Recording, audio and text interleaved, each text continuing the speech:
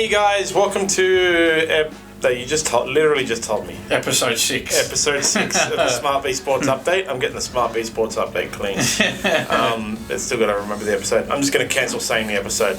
Hi guys, welcome to episode 695 of the SmartB Sports update. Oh my god, so how are you, man? Good, thanks, John. I see you're decked out in your Swans jersey there. Looking forward to Friday night against Carlton. Yeah, I've got to teach a class on Friday, so I'm going to be off my phone until I can get home and catch up on the game. Are you confident? I know we'll get to the AFL previews later, but... based on last week's form, no. It's funny though, because it is like a week is a long time in football, and based on this, 6 weeks prior to that? Yes. So I don't know. Like it's a really hard one to call. We're going to have a good look at that game later, along with all the other AFL finals for week 1. Definitely. And as usual, we'll start with the NRL. I really love the fact that they did rejig the finals. I just want to mention that again. It was great for the Warriors to be able to actually have a game that New Zealanders will be able to watch in New Zealand, because obviously it's on the Saturday at 4:05. Normally. Probably next year as well, we'll be talking about 1 versus 4, but this week the first game is 2 versus 3. Yeah. I prefer that too, just in general, John, having that. I think they had those 2 Saturday finals a bit too close together. You'd finish one and go straight into the other. It's good to watch one at about 4 o'clock in the afternoon, have a bit of a breather for a couple of hours, then watch the other one later on at night. I like that they've spaced it out. The break allows you to do your barbecue. Yeah, exactly. That's one of the things about grand final day. I love the grand final day, like breakfast to night time. So I have these breaks where I can do like the 3 different barbecues: bacon and eggs in the morning, steak for lunch. I love the whole day grand final. Don't know what I'm doing this year yet, but try and work it out. Plenty of time to work that out. 4 weeks. Still got a month, yeah. So Broncos versus Storm. Yeah. Obviously they've named completely different teams. The ins and outs, and it's hilarious. Yeah. It's like, Melbourne have like 12 players in, Broncos have 10 players in. Do you want me to take you through the team news? Yeah, John? definitely. Yeah, okay, so as you mentioned, John, skipper Adam Reynolds with a calf, and forward Pat Carrigan with a foot injury, unsurprisingly. Both been named to return in this game, along with all the players, as you mentioned, that were rested in round 27. Katoni Staggs returns from suspension in the Senate. That means Jesse Arthurs moves out to the wing and Corey Oates drops to 18th man. You know you're going well if a player of his calibre can't make your 17. That's a bizarre one, I think. Yeah. He just also said that he would take a pay cut to stay at the Broncos, even though he's not named in the first finals. Yeah, there you go. They're in a very strong position, aren't they? Brendan Piakura-Hill played after copying 3 separate charges last week, but fortunately for him, they were all just fines, none carrying suspensions. Keenan Palacia has been included on the bench over Corey Jensen. That's the Broncos, John. The Storm. Jerome Hughes, he's been named. With that knee injury, he's going to come back. He's one of a staggering 12 changes to the team. Hooker Harry Grant, he'll play coming back from that shoulder injury. While Nick Meaney, Will Warbrick, young Tonomapia, Marion Seve, Xavier Coates, Cameron Munster, Tui Kamakamika, Christian Welch, Trent Loiro, Eli Katoa and Nelson Asofa Solomona have all been named after they were arrested. That's quite the list. Yes, it is. You can't judge last week's game, because obviously they played last week and Storm did run away with it. Can't judge last week with this week in this match, but still the Storm have that record that we talked about. That's a ridiculous record. What was it, since 2009? Yeah, so they've won the last 14 against Brisbane. Going back to 2009. So it's quite extraordinary. So it's surprising though, because I was checking the SmartB odds. Obviously, SmartB is the best place to get your odds because you can compare and get the best odds. Shameless plug. But surprisingly, Broncos are pretty heavy favourites. They did start the week with Bluebet having the best odds at $1.65 to Melbourne Storm's $2.40 with TAB. Yep. And now BetRight currently has the best odds. It hasn't changed much. It's gone from 165 to 161 best odds with BetRight. Yep. And the Storm have gone from $2.40 to $2.30 now. $2.35 best odds with Bluebet. So I'm quite surprised the Broncos are the favourites, to be honest. Yeah, I think that 2009 statistic was that's the last time Brisbane's actually beaten the Storm at Suncorp Stadium. So yeah, it's quite extraordinary. 14 wins in a row for the Storm over the Broncos. I guess the one last week with all those players rested, can we really look too much into that? I don't think so at all. But did the Broncos beat the Storm this year at all? No. Yeah, that's true. So the Storm won 24-16 back in round 11 at Amy Park in their other meeting this season. So Brisbane... sorry, John. Brisbane haven't made the finals since 2018. So I guess you sort of look at it and go, well, how much of these last 14 do we really hold against Brisbane? They haven't played the finals for a while before this year. I don't know, to be honest, John, I'm a bit more inclined to give them a bit of a pass. I know it's a damning record, 14 in a row, there's something going on there. But I'm more inclined to sort of look past that and go, well, this is a different Brisbane this year. I think they're going to win tomorrow night. In when was it? Round 11. Round 11, yeah. Storm 24-16. Both teams were at full strength, pretty much full strength, and Storm still beat them 24-16. That's true. Yeah, that is true. And it was actually a tit for tat affair. So Cameron Munster scored in the 11th, then Herbie Farnsworth scored in the 16th. Then Jesse Arthurs scored in the 23rd minute, and Broncos were ahead. And then there was another try in the first half to Will Warbrick for the Storm, put them back to even. And then Storm came out and scored again first in the second half. Brisbane scored first and second in the second half, and then Brisbane scored a late consolation try. So it was four tries to 3. Another thing about that game was actually Storm only kicked 2 conversions, which Broncos did as well. Yeah. But Storm had 2 penalty goals. So I just got just a little bit more team news for you as well, John. So Ryan Pappenhausen, he's been named in jersey 17, so he'll add some impact off the bench for Craig Bellamy. Tyron Wishart is the 18th man. Now I've got a few more statistics for you on this one. Yep. So it's the 7th time in the last 8 seasons that the Storm made the top 4. Of course. No surprise there. And we've got, as I said, Brisbane's first finals appearance since 2018. 13 straight years in the top 8 for the Storm. Brisbane have only won 1 of their last 6 finals games. Reece Walsh, he's actually made 44 handling errors this year.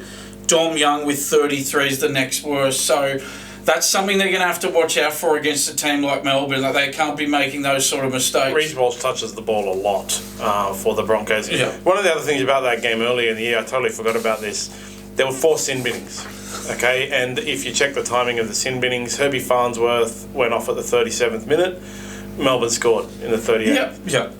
Patrick Carrigan came off in the 55th minute for sin bin. Melbourne scored in the 60th minute. And then at that 77th minute when Broncos scored as well, there was 2 sin bins, Aaron Penne for Storm and Tom Flegler for the Broncos. Yeah, I guess you're looking at a finals game. Is the referee more likely to put the whistle away? I think so. I would hope so. I can't see the referee blowing too many penalties, giving out too many sin bins. I think the game's going to be intense. There's going to be a lot of back and forth, but I honestly think my tip is the Storm. Actually, I don't agree with you on there. I think. Yeah, I mean, I do see where you're coming from. I mean, the thing that worries me for Brisbane, there's 2 games I want to talk about. I know the Storm, their record's phenomenal. Yeah. There's 2 games I'm going to pick out for you.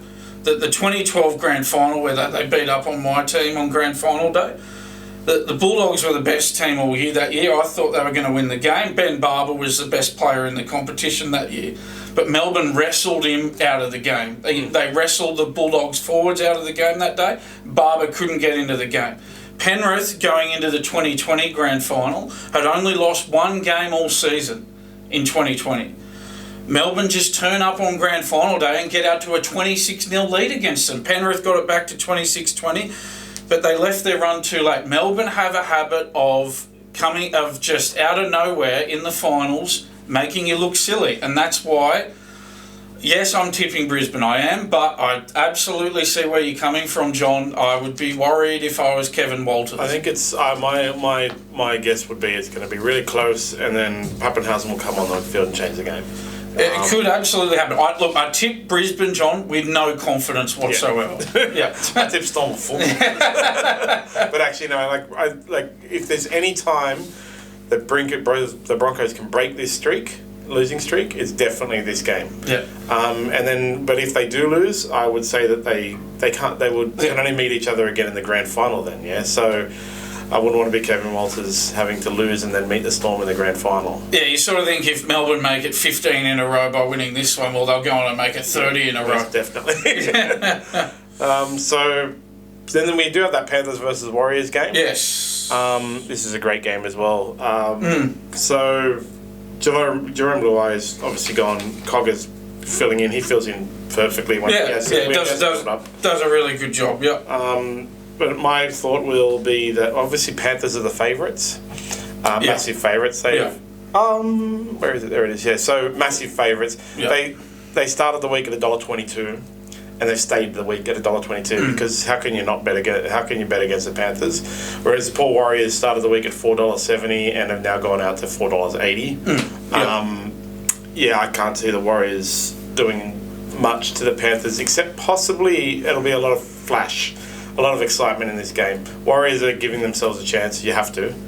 You can't go into a game and think we're definitely going to lose this because then you'll definitely lose it. Yeah. But I just can't see the Warriors winning this at all. Yeah, smartb.com.au for everybody who wants to have a look at the odds. Definitely. Gamble responsibly, obviously. Bet with your head, not over it. What are you really gambling with?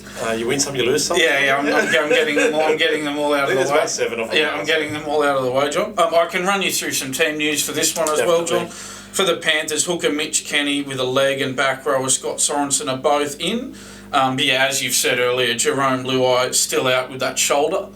Luke Summerton and Luke Garner are listed in the reserves after they filled in for Kenny and Sorensen in the last game. So if there are any last-minute concerns, which we don't anticipate, they'll be there ready to come in. And Bulldogs bound Jamin Salmons, the 18th man for the Panthers. For the Warriors, John, halfback Sean Johnson returns along with skipper Tohu Harris from those back spasms. Shans Nickel-Klokstad, Dallin Watene-Zelezniak, Adam Fanua-Blake, Wade Egan and Jackson Ford are all back after being rested. There's a lot to get through with all these rested players coming back. Jazz Tavanga will return after a hamstring injury, saw him miss 3 games.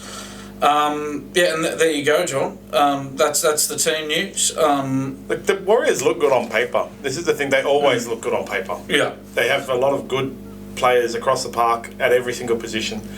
Sean Johnson is like a high quality halfback. Their spine is great with James Nickel-Klokstad at the back, Wade Egan at hooker, but it's just Penrith. Yeah, it's really hard to go past Penrith. You just can't do it. You can't do it. What I would say though is if the Warriors can cause an upset, I think it'd be the biggest shock of the weekend. And there is no pressure on them at all. Yeah, absolutely no pressure. Nobody believes they can do it. And the Warriors with no pressure on them, it's dangerous. They play an unstructured game. They throw the ball around, so they trouble teams like Penrith and Melbourne. Those very structured defences. What happened earlier this year when they played? We'll have a look.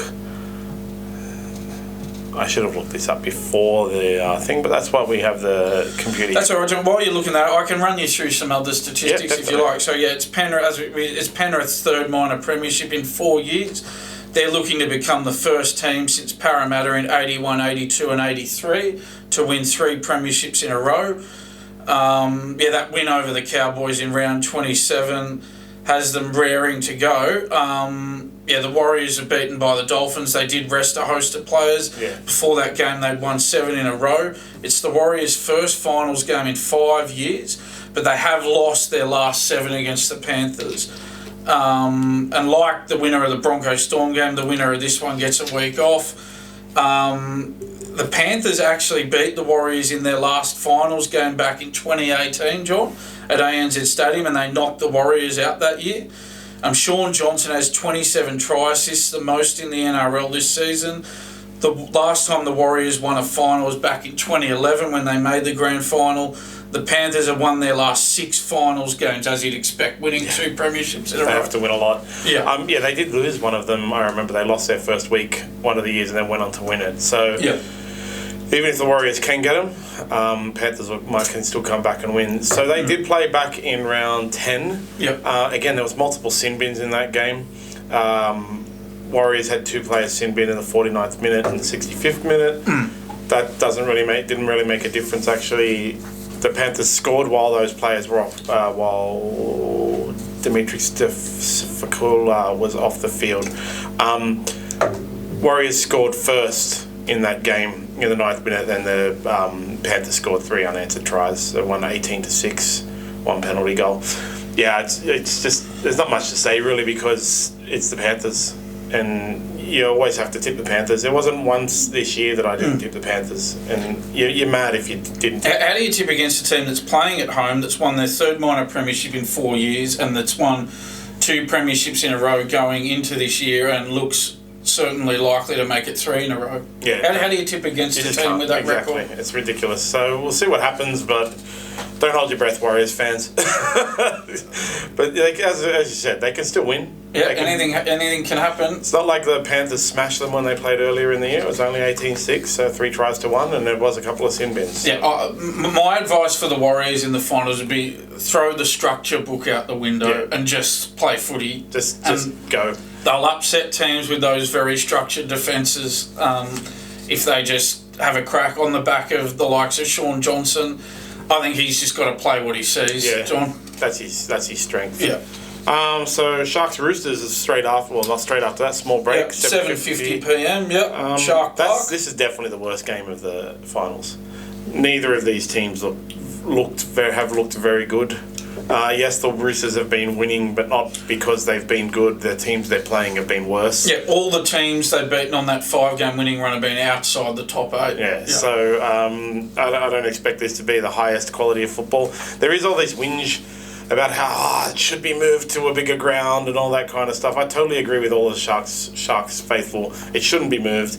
That's what the Sharks got for finishing where they are. And the mythological thing of it would sell out if it was at a bigger ground is just another one of those, like, you're moving into what-if statements. It's not a real thing.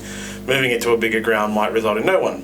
But the Sharks get what they deserve. They won. They got to that position with that win over the Raiders in the last round. Yeah, I agree. I think in week 1, you've earned the right for a home final. A home final's a home final. That's the whole purpose of, performing for the year. Yeah. It's just a nonsense thing. It comes up every year, though. I never agree with it. So later on in the final series, you get to the prelims. Obviously, the grand final, you go to the bigger grounds. Yeah. First week of the finals, you earned your home final. You earned it. You deserve it. They literally earned it. Yeah, that's right. That's why the home final's there. It's a reward for. Obviously, SFS is a much nicer stadium, but that's what the Sharks deserve.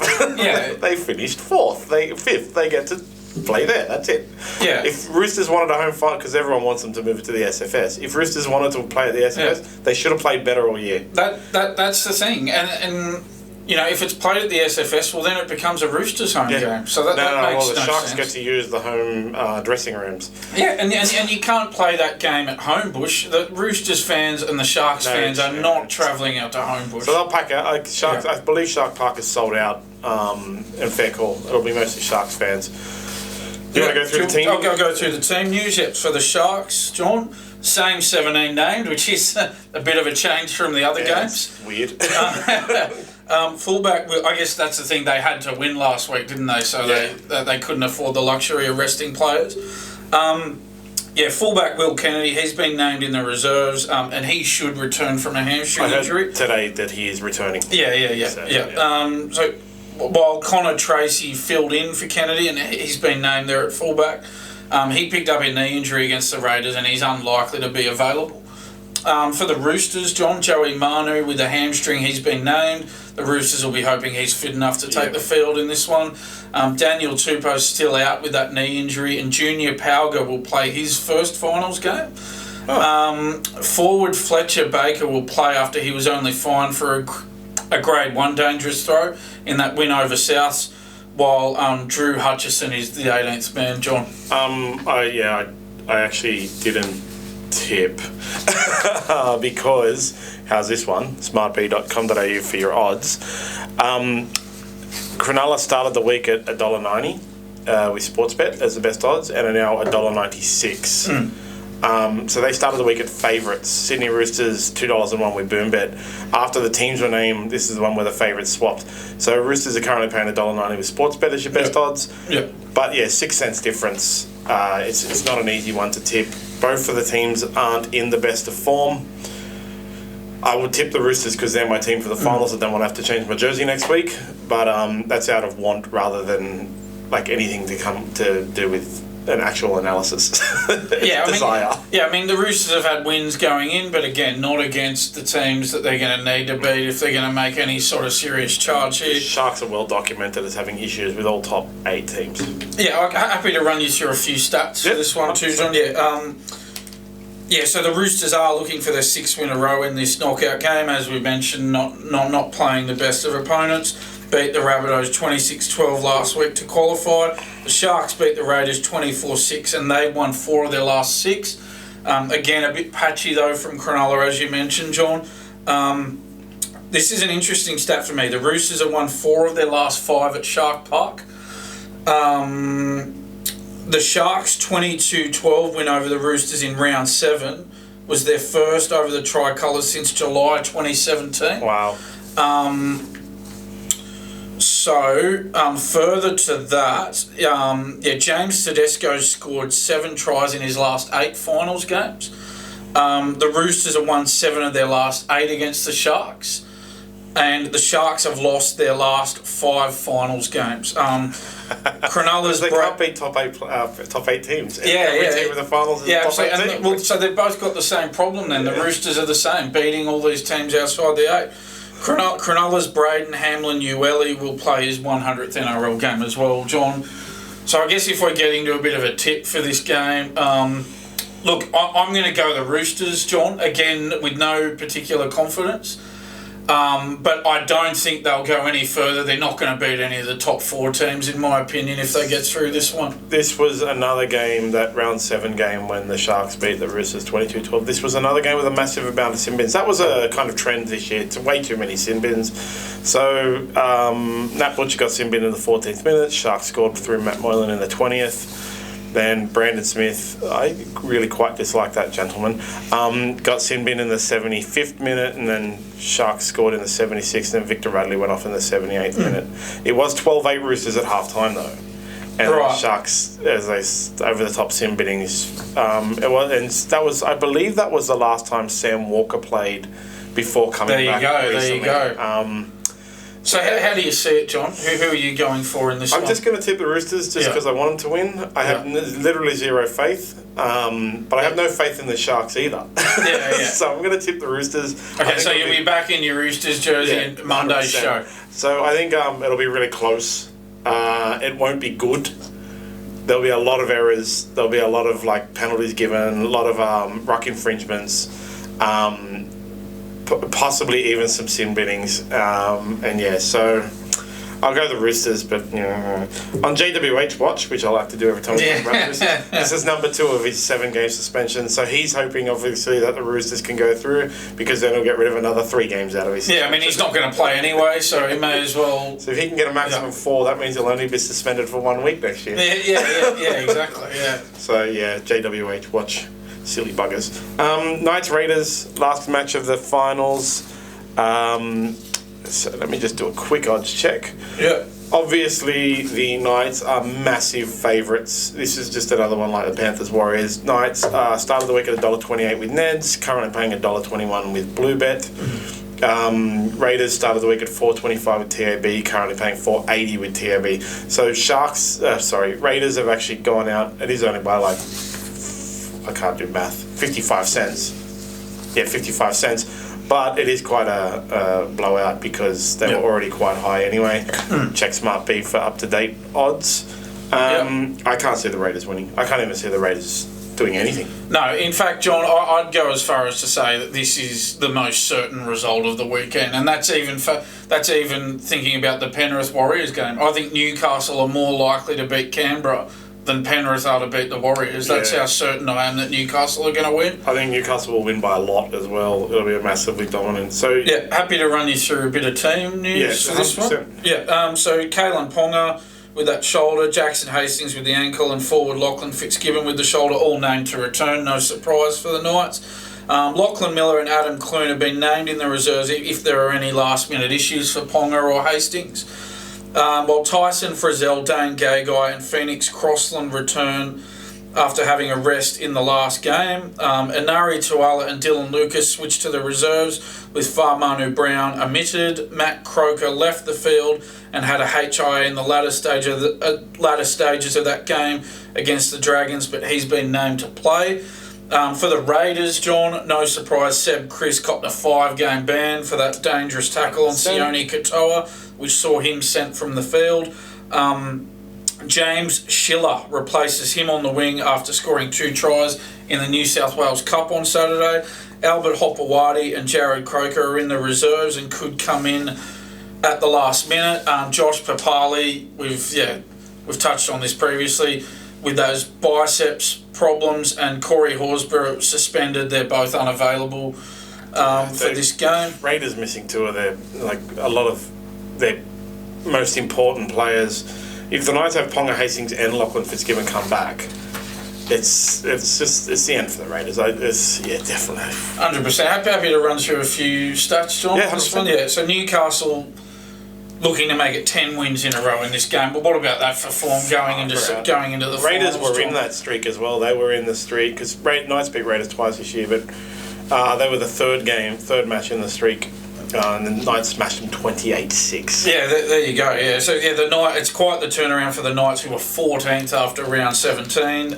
They're looking for their first premiership since 2001. The Raiders, by contrast, have lost 3 of their last 4, so scratchy form for them going in, John. And they've ended up with a differential of minus 137, which is only better than the Bulldogs, Dragons and Tigers this year. God. So you are asking yourself, do they really deserve to be there? Probably not, John.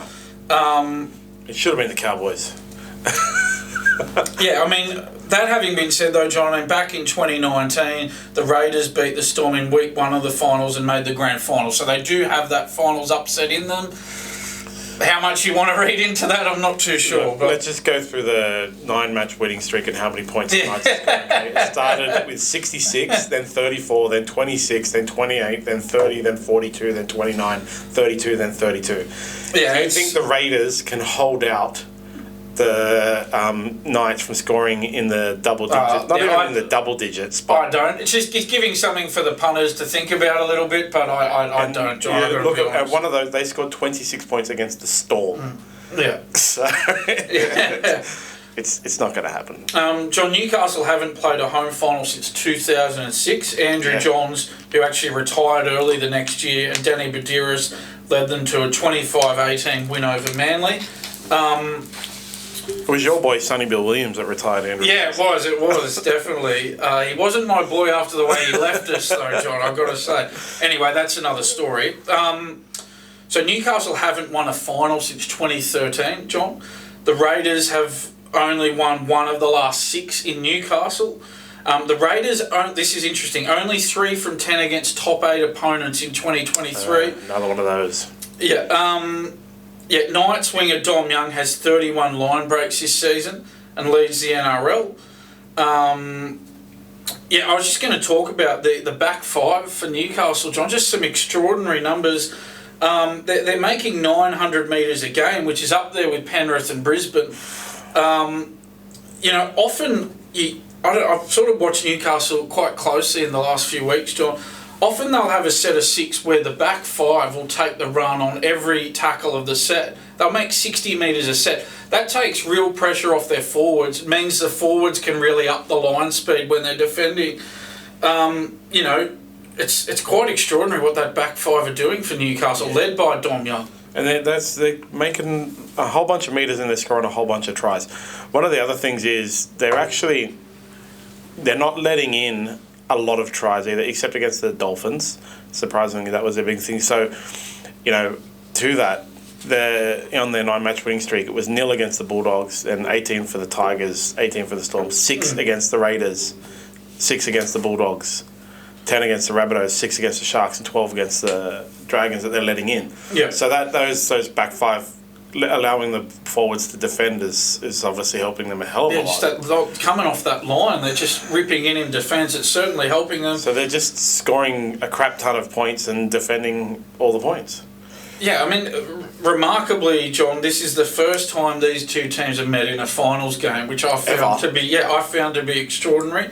When you look at the success both clubs had in the 90s with, the Johns brothers, Chief Harrigan, Robbie O'Davis, and Newcastle, Ricky Stewart, Laurie Daly, Mal Meninga, Brett Mullins, for the Raiders, to think that these two teams haven't met in the finals. That would have been the best finals match.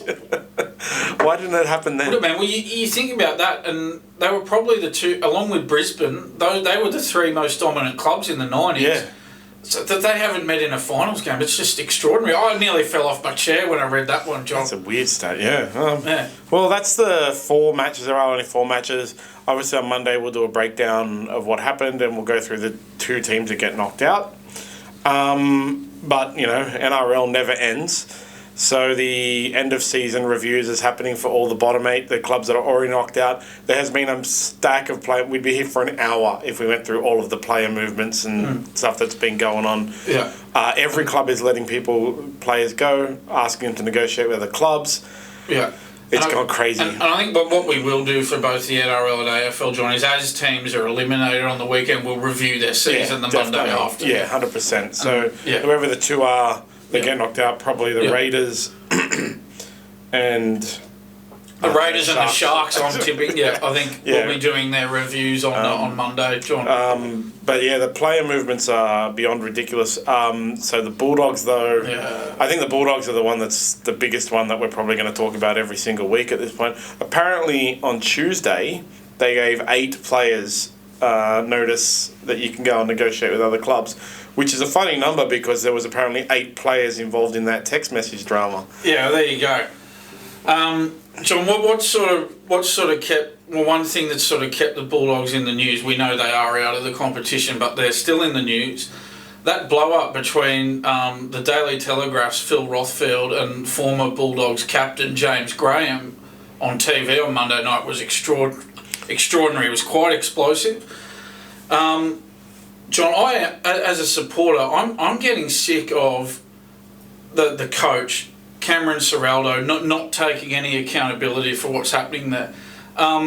He says the players need to change their behaviours. Excuse me, he was the defensive coach at Penrith with 2 back-to-back premierships, if you can believe that, John. If you look at the Bulldogs' numbers this year, his defensive coaching credentials don't stack up too well. 769 points they conceded this season, the most of any club. They had the worst differential of any club of minus 331 points. I'll go through it again. Points per game under Bulldogs coaches since 2012. Hasler, 18. Dean Pay, 20. Trent Barrett, 27. Mick Potter, 25. Cameron Ciraldo, 32. And he says the players have to change their behaviours? Excuse me? Give me a break. So, where's his accountability? Yeah, I've discussed this. We discussed it last week. The coach's job is to prepare your team. And to unite the team, unite the staff with the players, not cause a divide between them by saying they need to change behaviours. I wonder who the defensive coach is at the Bulldogs, actually. There's a funny thing, actually, because in 2022, when Cameron Ciraldo... I know David Furner's one of the assistant coaches. To be honest, one assistant coach works on the attack, one of them works on the defence. I'm not sure which he's doing, but David Furner is there. So Panthers had let in 330 points in 2022 when Ciraldo was there as a defensive coach, which was the best defence in the league. In 2021, it was 316, which wasn't the best. 286, which was the best in the league. He was also there for 2020, right? Yep. Excuse me, I'll just correct myself. Sorry, David Furner's actually on the Tigers, assistant coaching staff. Sorry about that. Poor David Furner. Don't put him in the Bulldogs. Sorry, I've lost so, 2020, 238 points, which was the best in the league. If we check, I'm actually looking this up on the fly, people. It's magic. This year, against 218 points, which is the best in the league. Was it Cameron Ciraldo who did that defence actually, will they continue after? So he's either left them in really good stead or perhaps it wasn't 100% correct Cameron Ciraldo. I think that, you've got to give him an extra year. He has only been there for a year and he was told not to go there this year, not only by the people at the Panthers, but also apparently Phil Gould told him not to go there this year, but he wanted the challenge. Yeah, look, and it is a big challenge. Yeah, happy to give him. He's under a 5-year contract. Happy to give him one more year, and then we'll sit down at the end of next year and see. We'll see how it's going. I'll tell you what. If it's a year like this year, there's going to be trouble. Wasn't Trent Barrett also under a 5-year contract? I think he might. I think for him it might have been 3 years, but he didn't see it out. No, it was So the Bulldogs are. Then they've let now. They let their captain negotiate with other teams. Raymond Fatala-Mariner. Apparently he went to Ciraldo and said and complained that a few of the players thought that the training was too tough. And since then he's on the outer, John. And now they're looking at cutting him loose. Well, what's going on there? You're not allowed to speak up? You're not allowed to air any grievances at that club? No. But there's a lot of players. So Bulldogs 8 players apparently given the the nod. You're out. Go find somewhere else. And then other teams as well are in the same boat. I would say what's going to happen. My guess, my prophetic guess of the what ifs and the multiverse is that I think Ben Hunt is going to be the biggest signing of the off season when the Dragons finally grant him the release. And let him go to probably the Dolphins. That will create a massive waterfall of just early contract releases, player movements, everything all over the league, especially in the teams that are out of the finals. Flano's apparently also gone into the Dragons and started his clean out. What's his name? Jaden. I love the news articles. Hunt from the Dragons. What? They finally released Ben Hunt? Oh no, what's his name? Jaden Hunt. I was like, okay, fair enough. I got hit by the clickbait. But he's let a lot of players. He's already told a lot of players, you're out next year as well. He's apparently notified a bunch of player agents. He's gone around and told people what he's looking for. So I think because the biggest player that wants out is Ben Hunt. And I think he's going to trigger just a massive explosion of player movement as soon as he's granted that release and goes off to, I think, the Dolphins. Yeah. I hope there's a big explosion of player movement. John, my club certainly needs it. Yeah, they have, there's players like the Tigers that won't be able to attract anyone, so won't improve next year. We talked about it on Monday, but there are clubs that will be able to attract people. Bulldogs have the money to attract people. They have the personalities. Again, one thing to have the money, one thing to have the personalities, another thing to do the right thing with the money. Just on the Bulldogs, John, before we move on to the AFL previews this week, they won 4 premierships in the 80s. They also made 6 grand finals between 1994 and 2014, winning 2 of them. Since then, they've just gotten progressively worse and worse, and now we're at a point where they lose. They fail to make the finals 7 years in a row. This is not good, John. We're in September. They used to be a regular fixture in September. Not anymore. I can't understand what happened with the Bulldogs. I can understand what happened with the Tigers, who are never good. I can understand what happened with the Dragons, who have their issues with the merger and, post... So last week I said 2010 when Wayne Bennett left. It was 2011. I always listen back to the podcast because I love the sound of my own voice. And then I have all these things where I'm like, oh, God, I sound like an idiot. I also called Ian Gary in the UFC a lightweight. He's a middleweight. He's massive. All right. We're going to... There's going to be the odd time where we get a few things That's why we need up. Producer John, looking us up fact-checking us as we go. He's looking at me with filthy eyes. But yeah, Of course, there's a lot of judgment on the Bulldogs this year, and it's well-deserved because they've had off-field dramas, they've missed the 8 for the 7th time, they're terrible, they are actually terrible, leaking a massive amount of points. But I'm really curious to see what happens with them next year. We discussed it with the AFL, obviously, not every team can make the 8. You've got Manly that's going to grow next year, who's strangely missed the 8. You've got the Eels, who came close, who are another one who topsy-turvy. You got the Cowboys, who could do it. You got the Rabbitohs, who could do it. There doesn't really seem to be that much room for the West Tigers, Dragons, Bulldogs, and even Titans to grow up into that middle of the ground area, because there are other teams that are clearly better than them in that middle of the ground area. Yeah, because recruitment just seems, it's just so difficult to get those marquee players away from their clubs. We're not seeing scenarios like we did in the past where a team can go down the bottom for 1 year and then just recruit their way back up the ladder in the space of 12 months.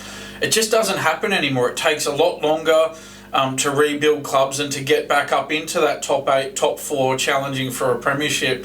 You can't just click your fingers and do it anymore like you used to be able to do it, And another reason for that is the teams have a salary cap ceiling now where they have to spend 95% of the salary cap every year. So you can't have a year where you sort of spend half your salary cap and load your guns to go nuts on the recruitment front.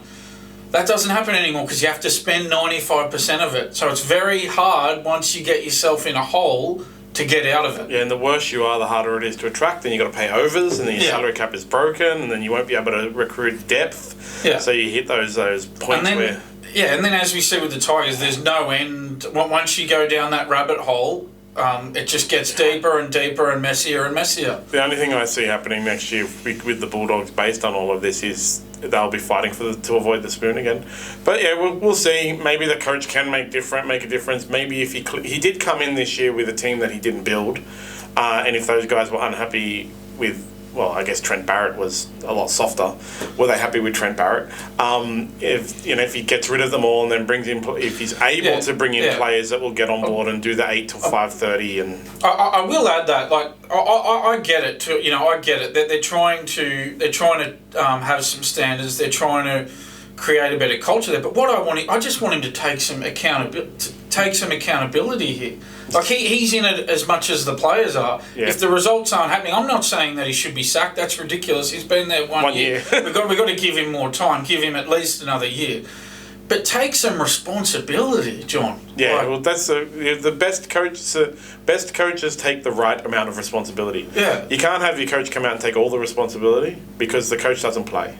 But the coach's job is to prepare, to inspire, to motivate, to get them up. And if your club is down, not motivated, leaking points, has a whole bunch of complaints going on, whining in the media, that's the coach. Yeah, true. And often you'll hear people say, "Oh, the coach didn't miss the tackles, he didn't make the mistakes," and you go, "Yeah, but if you use that logic, well, no coach should ever be sacked." Why do you have the coach? Yeah, because no coach ever misses the tackles or ever makes a mistake. So that's a flawed argument as well. Yeah, so as you said, rightly, they need to take the right amount of accountability. Yeah, they can't protect the players. Yeah, they have to say they don't have to say in public these specific players didn't aim up.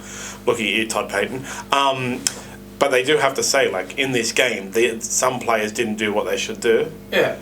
Look, I think that something like, or change behaviours, I don't know why he's saying that publicly. Say it internally, but keep it in-house, keep a united front. That's part of the coach's job. I think he also needs to recruit some players that will set the example that he wants. The players that they've recruited so far are not the senior players. I think I talked about it earlier, like on an earlier podcast. I think they need to recruit some senior players. Yeah, because they're the youngest team in the NRL. They need to recruit some senior players that will set that standard. Yeah, you like got Sonny Bill's. They obviously can't recruit Sonny Bill. He's retired. But one of the things that clubs do is they bring in ex-players to motivate and discuss, what the dogs of war were and stuff. Dogs is a good example. But I think he needs to bring in current players that can set the standard on the field and off the field in training, and not just walk in and expect everyone like, guys, you're all going to be wrestling for 5 hours a week now, doing 22-minute rounds and stuff like that. It's not, you're all going to have to come in at 8 to 5:30 in the morning, even though last year you were coming in well, I don't know what time it was, like say 10 or whatever. It's not the kind of thing you can do. You need to change the team first a little bit. Yeah, and you're right about them having the staff there. I mean, they got Willie Mason back there now working with the club, won the Clive Churchill Medal in 2004. I believe Mark O'Mealy's back there now, the Ogre, Shrek, he's back there now. I think Andrew Ryan's doing some work there. I think Sonny Bill Williams was involved as well. Yeah, he came and gave a talk. James Graham as well, the other night in that big heated debate he had with Phil Rothfield, it was revealed that he does some work with the club as well. Yeah, he does, because I go to a lot of Bulldogs events, and he's one of the Bulldogs representatives that's there all the time. He's a great clubman. He loves the Bulldogs more than any other club he's ever been. He'll tell you that. So they have the off-field ex-players that can tell everybody what they should be doing. But yeah, it's the players on the field. You know, they need more experience. I think I've mentioned it before. Like Wayne Bennett brought Nathan Fiend to the Dragons, and even actually Wendell Saylor was a great. There was a match that when Wendell Saylor came back, I think after it was when he was suspended, right? The cocaine suspension. When he came back to the Dragons, he played a match in the New South Wales Cup. I remember it very clearly. I watched highlights of it. I couldn't watch it because it wasn't airing on television. But his team was down 22-0 or something at half time, and there's footage of him, phone footage of the team is walking off the field, and they're all dejected, heads down, but not Wendell. He's sitting there going, "Come on, guys, we can still win this." I mean, he's down 22-0, bro. He's patting them on the back. He's building them up. They came out and won 24-22. Yeah. So, Cameron Sorrella needs to go out and find players like Wendell Saylor-style players, Nathan Fiend-style players, to set an example to motivate. And during the year, because Jamie Soward with the Dragons, Jamie Soward did have a habit of when he was getting smashed, going missing. And I was at a gap match once where he hurt his ankle. He was calling for the trainer to come off field, and you could clearly see Wendell Saylor say something to him, and he forced Jamie Soward to stay on the field and saying, "You aren't injured, just get back out there, make some tackles," and they went on and won the game as well. So that's the senior players on the field that they need to get. Having dudes off the field. Every club has legends. Yeah. But none of those legends are going to be playing for them. That's right. So I think that's Cameron Sorrell's thing. There's only so much the staff can do, no matter how many premierships they won in yesteryear. There's only so much they can do. As you say, the leaders on the field, Matt Burton, Reid Marnie, Josh Adokar, they're all still very young, John. Yeah. So they do need those more experienced heads there, as you mentioned. And they, you had that thing with Matt Burton. Matt Burton, who is a senior player, was one of the players that didn't follow that kick that he kicked. We discussed. So, I think getting just signing one, like a Nathan Fiend representative, old head that clearly isn't going to come in, change your entire team on the field, but can help change the culture. It's well documented that, when Trent Robinson came on board at the Roosters, he signed James Maloney, he signed Sonny Bill. And everybody gives James Maloney a lot of credit for their on-field performances, because that guy he was a winner. He won premierships at multiple clubs, right? But the players will talk about Sonny Bill's off-field attitude in training and in video sessions. That was actually the thing that motivated them to improve their attitude. Because prior to Trent Robinson, the Roosters were a mess. I really I hope Bulldogs do. Well, my wife's a massive Bulldogs fan. Been trying to convert her for 15 years. She disgusts me.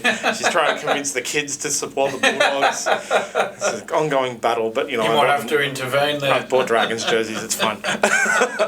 So that's the NRL for the week. It's finals footy time. It's awesome time. Can't wait till tomorrow to watch the matches. Yeah. AFL. Opens. Kicks off tonight, John. Collingwood and Melbourne, 7:20 p.m. at the MCG. This is a bizarre one, because they are currently sitting perfectly even in the odds, both paying $1.99. There you go. Both with Betfair. Collingwood started the week as favourites at $1.85 with Melbourne at $2.14. Now they've firmed to $1.99. So SmartBet, again, smartb.com.au. I sound like a YouTube personality. Hit like and subscribe. If you like the clothes I'm wearing, hit like and subscribe. So check smartb.com.au for the AFL odds as well. So as you say, John, Melbourne are coming in the betting. Could be... I think maybe there's a couple of reasons for that. One is that Nick Dacos is still out injured for the Pies. Yeah. Another one is that they've got the better form going in, John. They've won 4 of their last 5. Collingwood's only won 2 of their last 5. Good news for the Pies, though. Captain Darcy Moore, he's back from that hamstring injury for this game. But the Pies have dropped Jack dropped Jack Ginnivan and John Noble for this game. So Collingwood's won 2 of the last 3 between these teams, but Melbourne won the last clash, the traditional King's birthday blockbuster now. Got to remember that. Yeah, by 4 points back in June. Melbourne won that one. That was the only time these sides have played this year. It's interesting, John. It's very interesting that they're neck and neck. So Collingwood was like well ahead all year until they had those injuries. They were locked in for the minor premier. I think at one point they were like 16 points ahead of the second place team. But then they limped into the finals. They did win their last match. Yeah, so you do worry that they have peaked too early? Yeah, I think my thoughts about this one is that I reckon Melbourne might actually win it. I think Melbourne it'll be a close match, obviously based on the odds. I think Melbourne might just pip them again with by 4 or by 1 goal or something like that. But I reckon Collingwood will beat whoever they play next week. So you think they'll be in the prelim? Yeah, it's Darcy Moore gets some form. Obviously, this is his first game back from forever. I think the Melbourne's in good form, and they'll probably. And Melbourne have got that. You always look at the recent form in the back end in these big games. Melbourne's got that recent premiership, winning the flag in 2021. Yep. Collingwood's last premiership, you got to go back to 2010, which is a long time ago now. That drawn grand final with St Kilda, and then the replay the next week. And before that, Collingwood's only other premiership, 1990. We're going back a long time now. I think those are the only 2 flags that Collingwood have won since 1958. Melbourne, again, they've only got that 1 premiership since 64 in 2021, but it is only 2 years ago, so that's to their credit. We discussed AFL is a longer period of success versus failure as well over something like the NRL. So Melbourne is obviously has been in better recent form, and I really think Melbourne will get this one. Yeah, not worth betting on though. I will say though, I do hope you're wrong. I'm with Collingwood. My dad was from Victoria. He used to be a mad Collingwood supporter, so I'm behind the Pies for the finals, John. I might have to look at the bottom of the drawer to see if there's an old Collingwood jersey. I might have to wear it. Might have to wear it in the next few weeks if I can find one. If they can get through. But it doesn't matter who they play next week. I think they'll win. It doesn't it really doesn't matter. They can play. I can't remember. I looked at it, but I think they'll win next week, no matter what. Yeah, and I guess the issue's going to be So it's all we've got to see which teams land on which side of the draw. Something we'll probably look at a bit more closely after the first week of the finals. Yeah.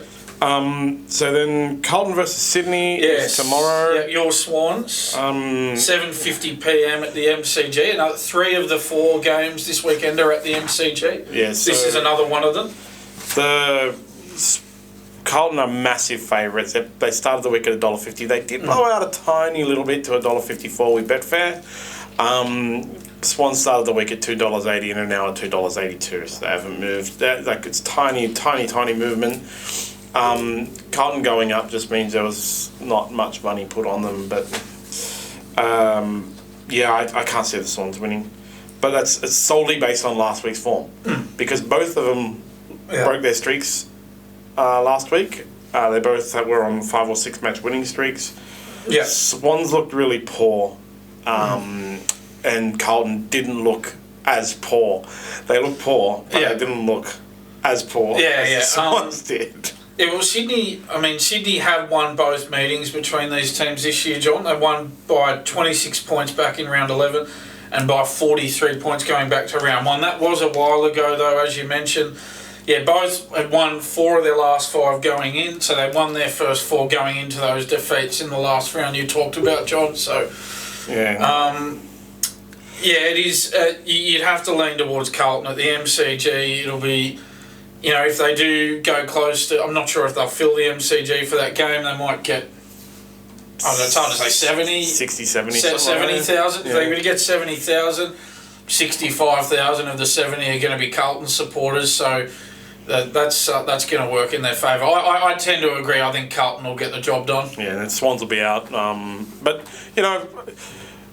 We'll be going over them, probably going over the Swans on Monday, but I think Swans will rate it as a successful year, given where they were and how much they improved. Yeah, did well to make the finals. It certainly, for much of the season, it was looking like they weren't even going to get close. So. Exactly. So, yeah.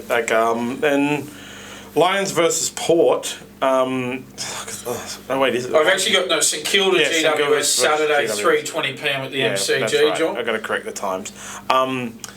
This is another one. The St Kilda.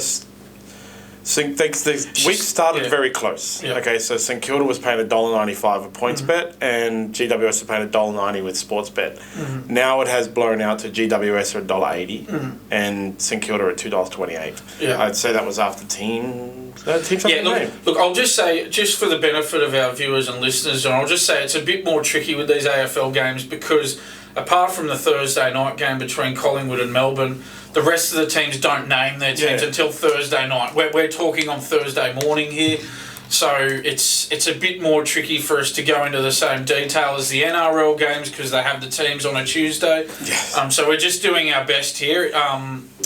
Teams get named on Thursday night, so we'll just work with what we've got.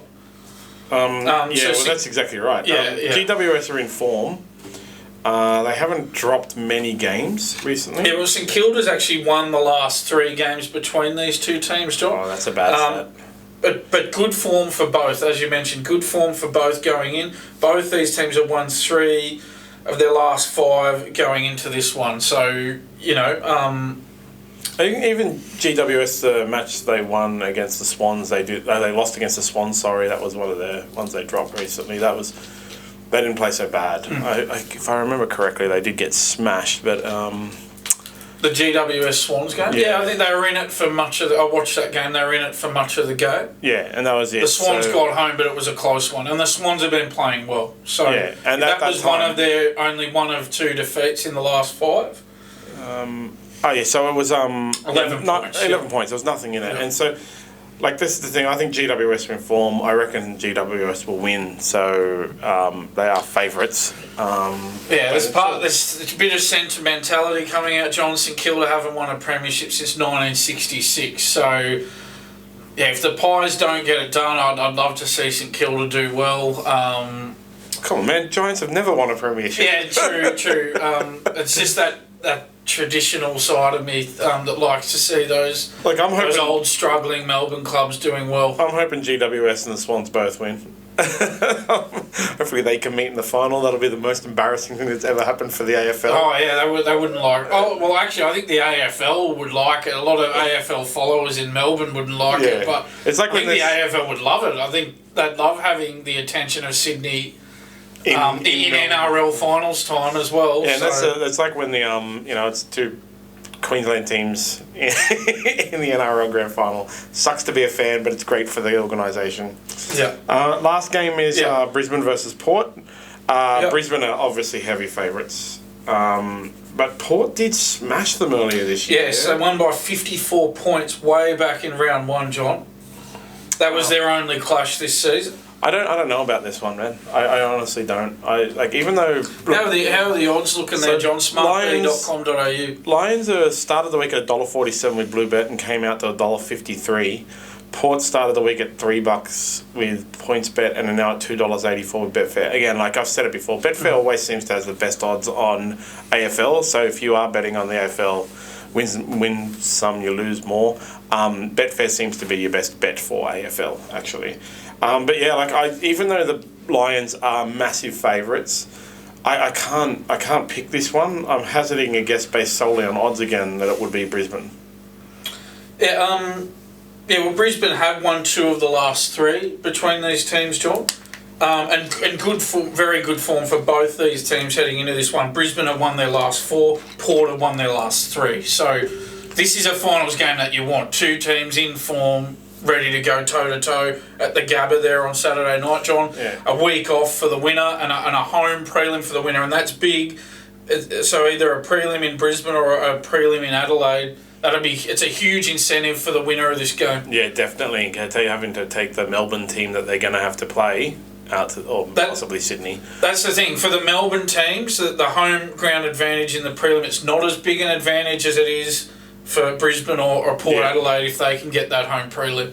Yeah, I just think Brisbane's going to get it. I don't mind the Brisbane Lions. I normally hate everything to do with Brisbane and Queensland, but I don't mind the Brisbane Lions. They're not one of those teams that I just don't ever want to see successful. But I also don't mind Port Adelaide Powers. They do have the Brisbane Lions. They do have that Fitzroy connection, though, don't they? With that merger there. I don't know, man. It's no like love for the Lions, John. It is like odds Brisbane Lions. That's all I can say. I really don't know. I'm going to be watching it, hopefully, because that's going to be my game of the round for the AFL, actually, because it's so intriguing. It'll be so... Yeah, going to try... I don't know about you, John. I'm going to try and watch as much of the finals this weekend in both codes as possible. Definitely. I've got to set up 2 TVs. I do have the UFC on Sunday, which will be the main concentration. There's a major Brazilian Jiu-Jitsu event on Sunday as well. So Sunday is a nightmare for me because there's AFL finals I want to watch, and I know AFL finals on Sunday, right? No. Oh, actually, so that's a good thing for you, John. So your Sunday's cleared out a bit because there's no AFL on Sunday. Yeah. And then the match on the on Sunday for the NRL is that Raiders Knights game. It's the least interesting game. It is good to watch the Knights at the moment, though. The Sharks Raiders is the worst game, but the Knights Raiders is the least interesting because I know, like you said before, 100% certain what's going to happen. It's only going to go Panthers, one way. I'm like 98% sure, but Knights, I'm 100% sure. So that's AFL for the week. Yeah. We'll go over whichever 2 teams get knocked out next week on Monday, see where they're going and what's happening with them.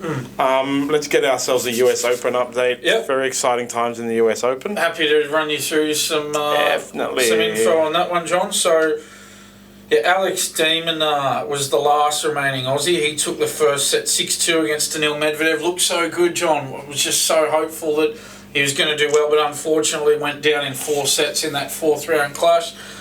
Other news on the men's front, John. Novak Djokovic beat American Taylor Fritz in straight sets in the quarters. So Djokovic will play another American, Ben Shelton, in the semis. Shelton, he's just 20 years of age, so a great effort for him to get into the semi-finals. So in the quarters on the other side of the draw, John, Daniil Medvedev beat Andrei Rublev in straight sets this morning. Yeah, so he's smashed him. Yeah, he's into the semis. So in the other quarter, John, Carlos Alcaraz and Alexander Zverev, they hadn't started yet just before we came on. About 4 minutes away. Yeah, they might have started now. Well, they'll come on after the women's match that's on now, which I'll get to in a second, John. So that's the men's. In the women's, as we've mentioned, Coco Gauff, she'll play Karolina Muchova in one semi. In the quarters on the other side of the draw, Arina Sabalenka beat Qinwen Zhang in straight sets this morning. So in the other match, which we just touched on, Marketa Vondrousova and American Madison Keys, they'd only just gotten underway before we came on. So score update. Yeah. Obviously, it's going to be over by the time people watch this, but score update during the podcast is Keys won the first set 6-1 and is currently ahead 5-4, 40-30. It's going to be over in about 2 seconds. There we go. Okay, so now it's just gone. So Alcaraz and Zverev will start after that match, John. So Keys has got to serve it out. It's now 40-all. Yeah, okay. He's got to serve it out for the win. Okay, so Alcaraz and Zverev will come onto court after that one. So we're not going to have much. We're not going to have much of a score update for you while we're on here. But Monday we'll know everything because that'll be the time of the final. And the final will be on, and we will have known the women's winner by then as well. So it's like Novak is just carving up right now as well. So we are on track. As I think we mentioned on Monday, John, if Alex de Minaur doesn't get through, which unfortunately he didn't, we're looking forward to that Djokovic-Alcaraz final. We're on track for that. I think it'll be a rematch of the Wimbledon final. That was an epic 5-setter that went the way of Alcaraz. Look, fingers crossed we get that, John. That's the popcorn blockbuster that we want on Monday. We'll be sitting here and we'll have it up on the TV there. It's been pushed out 10:50. So the Alcaraz match will be on soon, and then he has to play, and then he'll probably beat Zverev. That's going to be awesome. Yeah, so then Alcaraz would play Medvedev in the semis with, as we said, Djokovic and Shelton in that other semi. So Tennis, I love tennis because it's like as you progress through the tournament, the update gets smaller and smaller, but more exciting. Yeah, exactly. There's only Djokovic and Medvedev, Shelton, and Alcaraz left, but we're excited to watch all of them. You'd have to think Alcaraz will get the better of Zverev. Yeah. He's just got far too much composure for Zverev. Zverev reached the final back in 2020 at the US Open, lost to Dominic Thiem. But he just loses composure in those big moments. Zverev, he's a hothead. You remember he got banned for hitting the umpire's chair at that time. Yeah. He just can't keep his composure on the big stage, Zverev, and you'd have to think that's going to bring him undone against Alcaraz. It's very interesting that the semi-final is made up of we're assuming that Alcaraz will win, first, second, and third seed, and then unseeded Shelton. So it's like, I feel sorry for Shelton, but it is a good experience for him. Yeah, it would be a great experience, but he's just not going to win. Obviously Djokovic hasn't played him a lot, so doesn't know his game, but it doesn't make a difference. It's fair to say Djokovic versus Shelton is your Knights v Raiders matchup at the US Open. I might give it a bit of a watch tomorrow morning. The times haven't been set yet. It depends on if it's on at midnight or whatever, but it should be on that 10:45 kind of 10:30 time slot. The Djokovic match. It's on Saturday morning. Sorry. So that's they haven't done the schedule for that yet, John. So I think it's the women's matches are on tomorrow, and then the men's will be on Saturday morning our time, like you mentioned. Yeah, and if it's anything like the women's are set for 9 a.m. and 10:15, so the men's will probably be 9 a.m. Yeah, so you'll be able to watch it over your Saturday morning coffee in your slippers, John. I have to put on the run sheet that MMA is next, but I might just go through the basketball instead. Yep. Sure. So Serbia ended up beating Lithuania 87-68. USA beat Italy 100-63. Germany beat Latvia 81-79, and Canada beat Slovenia 100-89. That means Serbia will play Canada and USA will play Germany for a spot in the final. Oh, so those are the semi-finals, yeah. Yeah. The other losers of the others will do like a bit of the round robin match to see the rankings. Yeah. And then is that sort of, from where you're sitting, is that sort of like a who cares scenario? Yeah, it just comes up because basketball they concentrate a lot on because of the Olympics and stuff. They concentrate a lot on the positioning. So they actually they really like get granular about everyone has to play everyone to get they don't have ties. They don't have like these two teams are third. Play for third. It's not two teams are fourth. Play for fourth, fifth, and stuff like that. So they're not as important, but it will come down to the draw in the Olympics and stuff like that. With Serbia playing Canada and USA playing Germany, Germany is probably the form team of the comp. It's going to be, but most likely, I've been wrong 100% of the time through the Basketball World Cup, it's probably going to be USA versus Canada in that final. And who wins? Who do you think would win it? Canada has a good chance because of the quality of the team, but you can't go past USA. USA are currently paying like $1.30 outright to win the entire. So even not having their best players, you still think they'll get it done? It just speaks to the vast difference in quality of competition in the USA versus everywhere else in the world. Canada. The reason Canada's number 2 is because a lot of them play in the NBA. But yeah, there's just such a huge pool to pull from for the USA. So third string team is still probably the third best team in the world. In reality, first best team in the world is USA number 1, second best is USA number 2, third best is USA number 3. Then Canada. Like the Australian cricket team used to be, Australia A, Australia A were the 2 best teams in the world. Yeah, back in the good old days. That's the basketball update. No more Aussies, so nobody cares. But I care. With the MMA though, there is it's a Sydney card this week. It's Sunday. It starts at, I think the first card, the prelim card, which isn't very good, kicks off at 8 a.m. So there's a lot of complaints about this card on the internet.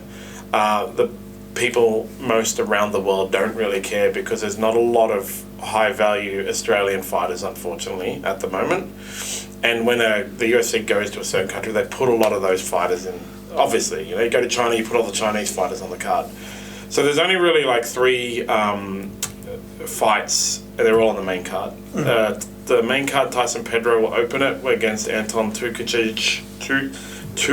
I can't pronounce his name. It's such a weird there's name. a lot of tongue twisters, aren't there? So Tyson Pedro should win. He's well loved by the Australian faithful.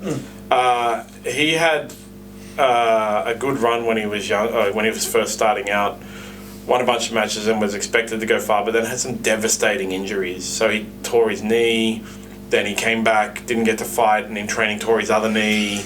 He went through about 3 years of pain, and then he came back and he dominated his first 2 fights when he returned, and then he lost his last one by decision. He was getting beat. Like, there was no contentious call or anything. But he should win this one. Look, Anton... Yeah, I'm not even going to try and pronounce it. The guy doesn't even have a Wikipedia page. Okay, so, that makes it tricky. Yeah, so he's like a feeder for Tyson Pedro, because Tyson Pedro is quite popular amongst Australian fighters. He's a good bloke. He does train jiu-jitsu out of Sydney West Martial Arts, which is an amazing gym, and sometimes it might be JJ Westside. And he does his fight camps out of City Kickboxing, which is the same gym as Israel Adesanya. Sydney West Martial Arts is one of the best jiu-jitsu gyms in Australia. My BJJ, well, also one of the best. And then he does City Kickboxing, trains his camps at City Kickboxing, which is one of the best gyms in the world. So there's no reason Tyson shouldn't win this one, and it'll be fun to watch. Yeah. So then, also on the card is the rematch between Justin Tafa and Austin Lane. Austin Lane is an ex-American football player. Yeah. They had a match earlier this year, which was a no contest because there was this gross eye poke in it. Austin Lane accidentally eye poked Justin Tafa, and Justin Tafa couldn't continue. You can check out Tafa's Instagram to see pictures if you want to be grossed out. It's pretty gross. Austin Lane has 12 wins and 3 losses. Came out of Dana White's Contender Series. This will be his second UFC fight. The first one against Justin Tafa. Yeah. But I would say that Justin Tafa probably knocks him out. Those Tafa brothers are high-powered knockout artists. You know, we talked about how his brother Junior Tafa knocked out Parker Porter, and Justin Tafa also knocked out Parker Porter. It's a big call predicting a knockout. Yeah, well, it's the heavyweights, you know. They very rarely go to the full distance. Yeah. Then on that card as well, you have 4 fights. Tai Tuivasa versus Alexander Volkov. Tai Tuivasa is the #1 fighter in Australia, okay, after Alexander Volkanovski, but Tai Tuivasa is liked more around the world. Alexander Volkanovski, widely regarded as the greatest pound-for-pound fighter, and will probably go down as one of the GOATs of MMA, but is not as well liked as Tai Tuivasa, because Tai Tuivasa does the shoeies. It's gross. He drinks a beer after the straight. He normally jumps up on the cage and demands a beer to do a shoey. So, and then on his way walking out of the arena, he'll often do a bunch of shoeies with the crowd. It's gross, people. It's really gross. But Alexander Volkov, who he's fighting, is a massive test for him. I actually think this is the fight of the card, because the final card is Adesanya versus Strickland, which I'll get to in a minute. Yeah. But I think Volkov might out-wrestle Tai. Tai Tuivasa is a noted striker, big knockout power. He elbowed Derek Lewis, which looked like a slight touch and almost killed him. Tai Tuivasa's wrestling is getting better. But Volkov is a massive puncher. He's a great wrestler. He's got a few submission wins, I think 3 submission wins. He's got a BJJ brown belt. And he's beaten some of the top guys in the heavyweight, like Rosenstrike, Tybura, Overeem, and Vidal, who are all old, except for Rosenstrike. And Volkov is getting quite old, but I think that's a bad matchup for Tai Tuivasa. I hope Tai Tuivasa wins, though. Yeah. I wouldn't put him on a multi. And then the final fight of the headline thing is Adesanya versus Strickland. Press conference is tonight at 6 p.m. I strongly encourage everybody, even people who don't follow MMA, to watch these press conferences. So this is going to be up there in Conor McGregor sort of theatre and Floyd Mayweather theatre? 100%. Okay. Strickland, there's a bunch of fighters on the fight card, but I guarantee you that Strickland will take control of this press conference. He's definitely going to win the press conference. It will be it's going to be highlights all over the internet for the next 1,000 years. It's going to be wild. In his open workout, he got one of the guys in the crowd to come up and spar with him. And he said, no. We don't want to get sued. I do apologise. I remember seeing I think it was a boxer who overturned the table in one of the press conferences. There was one recently. Yeah. I'm sorry, I've forgotten the fighter's name, but it was quite entertaining. It was the guy, I can't remember the guy's name either, because boxing has a lot of boxers. Yeah. So he threw hot dogs at his opponent. His opponent's Muslim. And the fight was called off. But they actually had to call off the fight. They were like, dude, that's way too offensive. You've got way too far. Yeah. Only Conor McGregor can get away with stuff like that. But yeah, definitely tune in. It's on YouTube as well. I didn't know there was such thing as a press conference involving fighters being too offensive. I thought there were no limits. But some of them, like if you watch Conor McGregor and Khabib's press conference, Conor McGregor went way overboard, and that's when everybody started to hate Conor McGregor. Because Khabib is like such, like a nice guy. Yeah, Conor McGregor went way overboard, insulted his family, his religion, and so can't insult people's religion, guys. There are lines, Conor. But Strickland is one of those guys that will cross. He doesn't normally insult people's personal beliefs and stuff like that. And he actually tells a funny story about how he used to make fun of Muslims and Jews and all this stuff. Kind of funny story. And he trains with a lot of Muslims, and they sat him down and told him, "You must stop doing this." So he's like, I don't do Muslims anymore. Like, oh my god, dude. So yeah, it'll be wild. 6 p.m. tonight. You don't know what Adesanya's going to do, but Strickland is definitely a wild card at this press conference. And then Adesanya's probably going to knock Strickland out. So, just a more general question. With these MMA bouts, do you, as an expert in the field, do you tend to favour the fighters who are better strikers with the punching and the kicking, or do you favour more the ones who are stronger with the wrestling on the tarmac? So strikers with high quality takedown defence are generally the highest value, best fighters. Right. Yeah. Wrestlers with super powerful takedowns are second tier to that.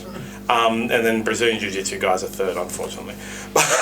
Brazilian Jiu-Jitsu, you fight off your back. Yeah. So a lot of Brazilian Jiu-Jitsu is like, a lot of MMA is you don't want to be on your back. Someone's going to punch you. But yeah, so guys like, there was a period of time, not just pretty recently, like in the last 2 years, where I think it was 70% of the champions were wrestling backgrounds, like Kamaru Usman and stuff like that. Because they would all they do is take the opponent down, hold them down, and punch them while they're down, like ground and pound. And then there are now quite a few more of those strikers. Like Israel Adesanya was a striker with, I think, 78% takedown defense. He's only been taken down 3 times, or 4 times. Then there's who else? There's like Sean O'Malley, who has amazing takedown defense. He's a character, isn't he, O'Malley? He got a champion tattoo on his forehead. Gross. Alexander Volkanovski. One thing about Alexander Volkanovski is, if you do manage to take him down, he'll get back up. They're straight back up to the striking. And striking prevents people from being taken down. Because if you're getting punched in the head, you don't want to do a takedown, you're going to get kneed in the head. So it is that striker with takedown defense is the highest value, best people. So Adesanya, Sean O'Malley, Alexander Volkanovski, John Jones is a striker, wrestler. John Jones is a complete package. So he's actually the exception. Because he's got amazing jiu-jitsu, amazing wrestling, amazing striking, and we'll use all 3. That's it. Yeah. And then you have other guys like Jamal Hill, who's a striker who likes to take people down and can strike, but also he's got really good takedown defense. Jiri Prohaska. It's an interesting insight. Yeah, it does go in waves though. So like I said, only not long ago it was all wrestlers, ground and pound wrestlers. Now it's strikers with takedown defense. You never know; it could change. There's always the exceptions, like Islam Makhachev. He's obviously an amazing wrestler. People say he's not that good at striking because he's a Sambo champion. I think he's a Sambo champion. He's a Khabib student. They say he's not that good at striking, but he actually is very good at striking. but he uses his strikes to enter takedowns to hold people down and ground and pound. So he's that more like 2 or 3 year old style fighter that still manages to maintain that, where he is. He's not in this striker with elite takedown defense. He's just the elite wrestler with the elite ground and pound. Yeah, but definitely it's strikers with elite takedown defense are currently the best. Yeah, so that's good to know. Next week there'll be is the Grasso versus Shevchenko fight, which will be really good too. It is a fight night, so anyone with KO can watch it. But this week is a pay-per-view, so you'd have to pay $55 for the pay-per-view. Don't pirate. Dana White will track you down. It's expensive being a combat sports fan, actually, because you've got to subscribe to either KO or ESPN or you can't get the fights for free, and then pay $50. But in America, it's like $80. So we should feel. Well, there is one way to get the fights for free, but he's talking about going to the pub. Yeah, that's what I'm talking about. Go to the pub. Yeah, don't pirate anybody. Don't do it. There is a pub called Meth Streams. Not that I would know that, but I actually do always buy the pay-per-view. I'm 100% being honest, because even if you want to illegally stream, don't do the illegal streaming. Everybody, you got to pay for your fight, or you got to do the right thing. They cut out all the time, so I just pay for it. So that's the MMA, UFC. We can discuss a little bit of cricket. Yeah. Because that Asia Cup's, it's pretty popular around the world, and we do around the world sports. Yeah. It's gone into the group of 4 now. Yeah. Pakistan won Group A. Sri Lanka won Group B, and now it's Pakistan, India, Sri Lanka, and Bangladesh playing a round robin. So they'll all play each other, and then the top 2 will play in the finals on the 17th of September, and we're hoping it's India and Pakistan. Oh yeah, that'd be huge, wouldn't it? Yeah, so they have one game in the group of 4. So good tune-ups for these teams going into the World Cup that starts. I think that's what the Asia Cup is. We discussed last week, you mentioned, like 100% agree that, they have to have a point, and the Asia Cup has a point. You win the Asia, get to these guys. Yeah, because that's the thing. I mean, and we are going into a World Cup. Australia are about to go into a 5-game ODI series against South Africa. I think that starts tonight, or it was tonight. Yep. Yeah. And after that, Australia will play ODIs against India as well, going into the World Cup. I guess the purpose of those is, they're World Cup warm-ups. But again, what does it really mean? At least you've got an Asia Cup. Yeah, the Asia Cup is a much better. When you want to do a World Cup warm-up, you want to have those little competitions in your region, because then there's more motivation to win. Beating India or South Africa in a random ODI series is, we beat India or South Africa in a random ODI series. Which nobody's going to care about the day after it's over. Exactly. But, these guys will love the fact that they won the Asia Cup, and they'll care about it for the next year when it comes back again. And it's a brilliant warm-up for that ODI World Cup in October. Yeah, awesome. Starts just after the footy season's finished, so good timing for us here, John. That'll give us something to talk about in October. Yes, alongside the NRL or the Rugby League Tri-Series or whatever the crap they're doing, Pacific Series. Yeah. The Pacific Cup, I think it's called. Yeah, that's a cup. Yeah, and we'll also have the conclusion of the Rugby World Cup as well. Maybe that's a bit of a segue into our next topic. What do you think Australia's chances are here in this? Yeah, look, I have done some reading up on this, John. So there is a path, if you can believe it or not, to the semi-finals here for the Wallabies, John. So I don't believe it, but okay. So they got Wales, Fiji, Georgia. Oh, sorry, I'll go through that again. Wales, Fiji, Georgia, and Portugal in Pool C with the Wallabies. So Wales and Fiji are the only real challenges there, but Australia should still win those games. So if they do beat those 2 teams, they're going to win those other games, surely. But Fiji beat England recently. Yeah. Surely the Wallabies get it done though, John. You would hope so. You would hope so. Yeah. In a World Cup. Yeah. That's the thing. Fiji beat England. Were England really switched on? Yeah. I'd like to think Australia would beat Fiji. I did ask you what are the chances, and you've given me the chances. Yeah. Yeah, so if they do win those games, John, they'll most likely play Argentina in the quarters. Oh. So that's certain. I know they finished below Argentina in the Rugby Championship, but that's certainly a winnable game, and then it'll be the big boys in the semis. It's either going to be South Africa, France, Ireland, or New Zealand would be the opponent in the semi-finals. I think obviously a lot of the spotlight here is on Eddie Jones, John. He coached Japan to victory over South Africa at the 2015 Rugby World Cup. That was bizarre. He then coached England to the 2019 Rugby World Cup final, and on the way they beat Australia and New Zealand. He hasn't gone well since he's been back at the Wallabies, though. As I mentioned, Wallabies came last in the Rugby Championship. He's named 3 uncapped players, including fly half Carter Gordon, who's just 22 years of age. He's left out the more experienced heads like 35-year-old Quade Cooper and former skipper Michael Hooper. So yeah, like it's not the kind of thing you want to hear when you're going into a World Cup. You know, like the naming a bunch of debutantes and leaving out experienced players, because the World Cup's not going to come around again. And this is the pinnacle. If it was like an Asia Cup style thing in rugby, maybe for the Bledisloe or something which is a little less important, even though we got smashed in the Bledisloe. I just really worry for Australia and what they're going to do. The problem with this World Cup is the matches are like 1 a.m. and 5 a.m. So I won't be watching any of them. I'm the same. I've got to be honest about that. So we'll keep updated on the scores. That's the thing. If it was at a watchable time, you'd watch it, but it's not. And if you're gonna interrupt your sleep patterns to watch this, you've really got to be interested in it. I'm interested in what happens, but seeing as I have so little faith in Australia, there's no chance that I'm going to wake up and watch it.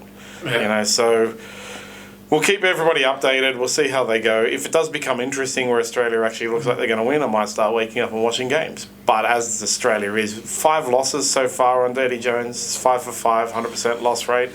One thing I would say in Eddie Jones's favour, though, is he does have the runs on the board. He seems like he's a project coach. He works towards certain tournaments. He knows he's got to peak at the right time here, which is in the World Cup. Peaking in the Rugby Championship, well, it's not as important as the World Cup, obviously. I think he's going to time his run. And as we've said, he's got runs on the board. He gets the job done in big tournaments. You've got to give him that. I know it doesn't look great. I know there's a lot of reasons to be pessimistic about this from a Wallabies point of view rather than optimistic. But Eddie does have the runs on the board, and let's see what he does. It's going to be a fun ride with him as coach. I just wish it wasn't let's see what he does in the World Cup. Yeah, that's true. We sort of just... It's just holding out some sort of hope here, I wish we had something from before that would just be like, I don't need to let's see what happens now, but we'll see. I'll tell you what, though, if they get to the semi-finals, I think it's fair to say that's a good result for the Wallabies, all things considered. If they have to play Argentina in the semi-finals, I worry about that match as well at this point. But based on what happens in the pool stages, maybe I won't worry as much. If they have to play New Zealand if they beat Argentina, have to play New Zealand. New Zealanders like the Panthers. You can't tip against them. They're I think they are rated as the best sporting team in the world when it comes to win percentages and dominance. So I wonder who will win the World Cup. Probably New Zealand, but hopefully Australia can push for something. So that rugby union. Yeah, I think that might be about a wrap for us. Just a quick update on the Spanish women's football. They sacked their coach. It's a bit weird. They still haven't sacked that manager, but they still haven't sacked the head of the organisation. But they've sacked the coach. World Cup winning coach has now been sacked. See what happens with Spanish football. Unfortunately, I mentioned it again. Nobody's talking about the fact that Spain won the Women's World Cup. They're only talking about their off-field dramas, and that is ridiculous. It's so sad for Spanish women's football. But at least we're still talking about the Matildas every week. That's all right. It's still getting coverage even this long after the World Cup. John, did you want to just check out that result in that women's that women's quarterfinal? So it was Marketa Vondrasova and local hope Madison Keys, the American. Back to women's, and if you just give it a refresh. Madison Keys has won in straight sets. Okay. So that means... So Madison Keys will play against Arena Sabalenka in that semi-final. Tomorrow at 10:15 a.m. after golf versus Machova. If I update that should be a refresh set. Oh no, wait, Saturday. Sorry, Saturday. No, something could be going on. I'm in women's. I'm in men's again. Women's singles, yeah. Yeah, so Friday, tomorrow, Keys versus... Keys Sabalenka in that semi, and Coco Gauff and Makova in the other semi. So there you go. Alcaraz's Zverev probably only just gone out on court. I'd say may not have even started yet. What's today? Thursday. Thursday, yep. Yeah, it hasn't started yet. It's still scheduled for another 5 minutes, so they're probably warming up. Yeah. Okay. So that's episode whatever number it is. Six in the bag. Just a quick update on SmartB. Don't forget to sign up. Forget to gain access to the blackbook and historical data for racing. You can use it to analyse before you make your bets and do your plans. We will be updating and adding sporting data for all sports and SmartBook, which is a black book for all sports. So you will soon be able to sign up, tag which teams and sports you like, and be notified when your teams and sports are having fixtures and events. And straight after that, we'll be adding in, if you want to know, updates on news. So if you tag, say, the Dragons, I'll be tagging the Dragons, saying they're my favourite team. Whenever SmartB publishes news on the Dragons, I'll get a notification in my app. Very handy. Yeah, it's going to be great. So UFC and NRL for me. Don't forget to go to smartb.com.au and sign up, gain access to all of the features early. And we will see you all on Monday. Thanks, everybody. See ya.